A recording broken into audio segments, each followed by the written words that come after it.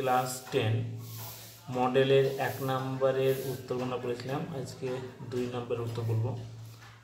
হিমপলি দেখতে পাওয়া যায় যে হ্রদে, তাকে বলা হয় কেটল। তো দেখে নিই, এখানে কেটল জানার আগে বহির্বিধত সমভূমি জানা দরকার। তাই ছবিটা দেখে নিই। এটা হচ্ছে পার্বত্য অঞ্চল।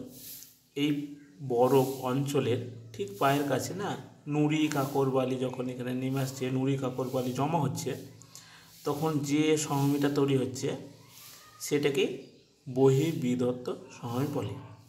তাহলে এইখানে কী হচ্ছে, বরফ আসার পথে কী হচ্ছে, এখান থেকে যখন পার্বত্য অঞ্চল থেকে নেমে এসেছে আসার পথে দিয়ে বরফ কী হয়েছে, ঢাকা পড়ে গেছে।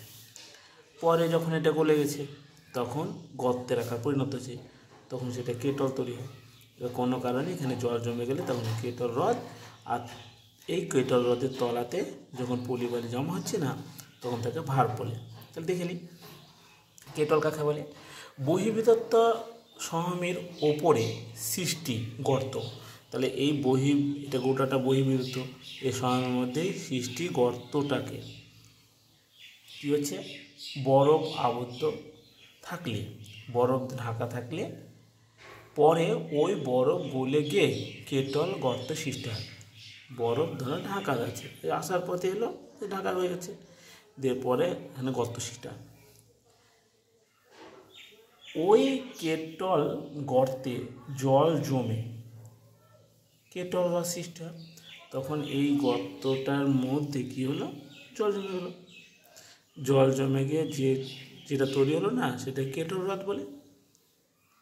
এবং কেটল হ্রদের তলদেশে পলি কী হচ্ছে, পলি স্তরে স্তরে সঞ্চিত হলে তাকে ভার বলে। তখন এই যে কেটল হ্রদে তলাতে পলিগুলো কিছু স্তরে স্তরে জমা হচ্ছে, তখন সেটাকে ভার বলে। তার আগে চলে যাই বহির্বিধত্ত সমভূমি কাকে বলে। যে হিমবাহ ও জলধারার মিলিত কাজের ফলে শিলাখণ্ড, নুড়ি, কাঁকর, বালি প্রভৃতি পর্বতের পাদদেশে মানে পর্বতের পায়ের কাছে অঞ্চলে সঞ্চিত হয়ে যে সমভূমি সৃষ্টি করে তাকে বহির্বিধত্ত সমভূমি বলে। তাহলে এই পর্বতের সব নিচে নেমে এসেছে নুড়ি কাকর বলি, যেটা তৈরি হয়েছে সেটা হচ্ছে বহির্বিধত্ত সমভূমি। এটা বায়ু ও হিমবাহ ও জলধারা কাজের ফলে একটা বড় প্রশ্ন 5 মার্কের।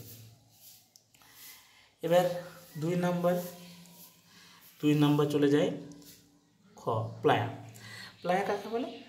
প্লায়া হচ্ছে বায়ু ও জলধারা কাজের ফলে মরুভূমিতে ক্ষুদ্র লবণাক্ত জলের হ্রদগুলোকে প্লায়া বলে।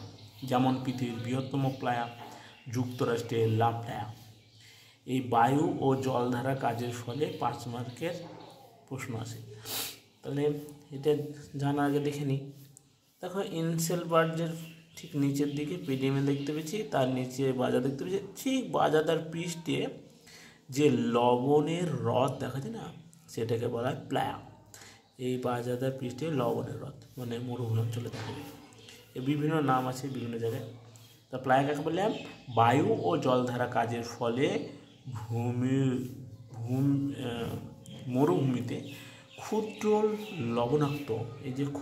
লবণাক্ত জলের হ্রদগুলোকে প্লায়া বলে। পৃথিবীর বৃহত্তম প্লায়া হচ্ছে যুক্তরাষ্ট্রের লা প্লায়া।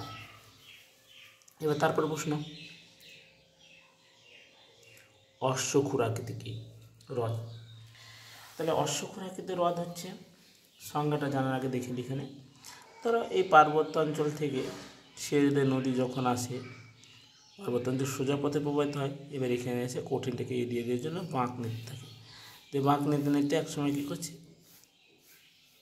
প্রধান নদী থেকে ছিন্ন হয়ে গেছে, যে ঘোড়ার মতন তৈরি হয়েছে, কদ্দম শিল্পীর জন্য চেঞ্জ হয়ে গেছে, সেটা অশ্বক্ষুরাকৃতি হ্রদ অনেক দেখা যায়, পরে এটার সম্বন্ধে বলবো।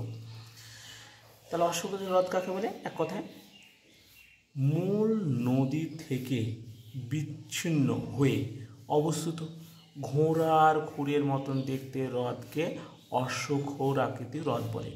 যেমন গঙ্গার নিম্নভূমিতে অসংখ্য অশ্বক্ষুরাকৃতির হ্রদ দেখা যায়, যেমন মতিঝিল প্রাকৃতিক একটা। এই যে এটা প্রধান নদী থেকে বিচ্ছিন্ন হয়েছে, ঘোড়ার খুরের মতন হয়েছে, এটাকে অশ্বক্ষুরাকৃতি হ্রদ বলি।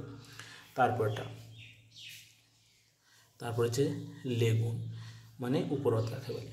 এই যে আমাদের ভারতের যে এই যে চিল্কা দেখতে পেয়েছি, 3 দিকে স্থলভাগ দিয়ে ঘেরা আর একদিকে জলভাগ, ঠিক আছে, একদিকে জলভাগ আছে আর 3 দিকে দেখো ড্যামা দিয়ে ঘেরা আছে। তার সংজ্ঞাটা দেখি।